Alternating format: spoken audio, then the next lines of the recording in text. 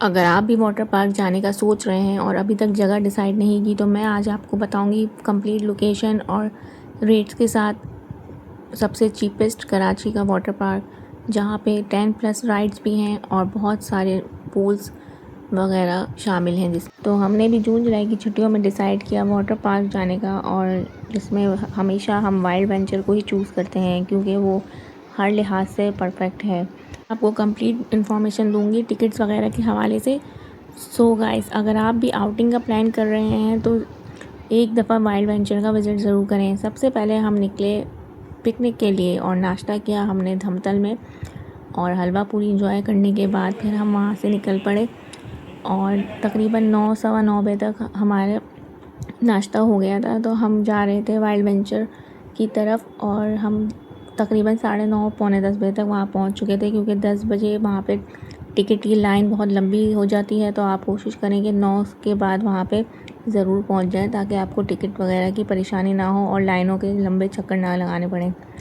तो गाइस, अब हम यहाँ पे वाइल्ड वेंचर में पहुँच चुके हैं, और ये आप एरिया देख सकते हैं कितनी क्लीनलीनेस है यहाँ पे। और अगर आप वीकेंड्स पे आते हैं तो आपको रश तो बहुत मिलता है, तो आप अपनी मर्ज़ी से अब आप डेज़ डिसाइड कर सकते हैं, क्योंकि ज़्यादा रश बढ़ जाता है 12 बजे के बाद। ऑलमोस्ट तो बहुत भर गया था, और संडे का दिन था। तो आप ये जो अभी क्लीनलीनेस और देख रहे हैं सन्नाटा, फिर तो आपको लोग ही लोग नज़र आएंगे। तो 2026 में जो लेटेस्ट इन्फॉर्मेशन के मुताबिक हम जो गए थे, पर पर्सन 1000 रुपीज़ हमने यहाँ पे एडल्ट के चार्जेस दिए हैं, और इसके अलावा 10 to 5 इसकी टाइमिंग है, ओपनिंग टाइमिंग। तो बाकी आप देख सकते हैं 6 ऑनवर्ड्स भी बहुत से लोग रुके हुए थे, लेकिन हम तो 5 बजे वहाँ से निकल भी गए थे। तो हमने टिकट ले लिए थे, और अब हम एंट्री करेंगे वहाँ से। रश बहुत बढ़ता जा रहा था, बहुत सारे लोग यहाँ पे दाखिल हो चुके थे। ऑब्वियसली पिकनिक में बच्चे वगैरह आपके साथ होते हैं, तो आप बच्चों के साथ अगर जा रहे हैं तो उनके डेडिकेटेड वाटर एरियाज़ बने हुए हैं।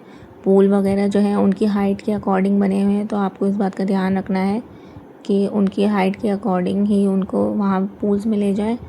और सबसे पहले तो हमने एंट्री के बाद अपनी जो गज़ीबोज़ बने हुए थे वहाँ पे सिटिंग एरियाज़, वहाँ पे तो फुल चल रहा था। तो हम यही देख रहे थे कि कहाँ पे बैठना है। जल्दी जाने का फ़ायदा ये होता है कि आपको सिटिंग अरेंजमेंट मिल जाती है, वरना तो बहुत रश हो जाता है, और वीकेंड्स पे तो वैसे ही बहुत रश होता है, बैठने की भी जगह नहीं मिलती है आपको। तो पार्क्स वगैरह में फिर आपको चादरें वगैरह बिछा के अपना अरेंज करना पड़ता है, लेकिन हमें खुशकिस्मती से उस वक्त बहुत जगह मिल गई थी। तो हम अब जा रहे हैं अपनी जगह को सबसे पहले वहाँ पे अपनी चीज़ें प्लेसमेंट करने के लिए, ताकि फिर हम खूब चेंज वगैरह करके एंजॉय कर सकें। चेंजिंग रूम भी यहाँ का बहुत अच्छा है। तो चेंज करने के बाद अब हमने स्विमिंग पूल में डुबकी लगा ली थी। खाने पीने के हवाले से अगर देखा जाए तो यहाँ पे रेस्टोरेंट्स भी बने हुए हैं, फूड एरिया भी अवेलेबल है, क्योंकि स्विमिंग के दरमियान खाने पीने का ऑप्शन मिल जाता है। तो फिर हमने वहाँ से ही ज़्यादातर ख़रीद ली थी चीज़ें, बिरयानी और बहुत सारी अच्छी अच्छी आइटम्स, बर्गर वगैरह सारी फैसिलिटी अवेलेबल थी। तो इस दफ़ा हमने वहीं से प्रेफर किया था, खाना लेकर जाना प्रेफर नहीं किया था, क्योंकि इससे पहले हमने खुद अपने अरेंज किया था खाने का। तो सामान बहुत ज़्यादा हो जाता है, तो आप इस पर अपनी मर्ज़ी से अगर आप इसको कैरी कर सकते हैं तो आप अपने घर से ला सकते हैं, वरना तो आप वहीं पे बहुत सारी फैसिलिटीज़ अवेलेबल होती हैं खाने पीने की। तो हमने इस दफ़ा एक्सपीरियंस किया कि हम वहीं से कुछ कर लेंगे अरेंज खाने पीने का। तो बहुत मज़ा आया, वहाँ पे भी बहुत अच्छा एक्सपीरियंस रहा, खाने पीने की चीज़ें भी अच्छी मिल जाती हैं वहाँ पे। प्राइजेस का तो ऐसी जगह पे थोड़ा हाई होता ही है, तो ये बात ध्यान में रखिएगा कि प्राइजेस तो हाई होती हैं। तो अगर आप घर से ला सकते हैं और कैरी कर सकते हैं, और सामान वगैरह की फिर देखभाल भी ज़रूरी होती है, तो बहुत सारी चीज़ें होती हैं जो पिकनिक पे आपको पहले से ही अरेंज करनी पड़ती हैं। अगर बच्चे छोटे हैं तो आप ज़्यादातर यही पूल एरियाज़ पे अपनी सिटिंग अरेंजमेंट बनाएं, क्योंकि बच्चों को बार बार वॉशरूम्स वगैरह भी लेके जाना पड़ता है, फिर उनको चेंज करवाना पड़ता है।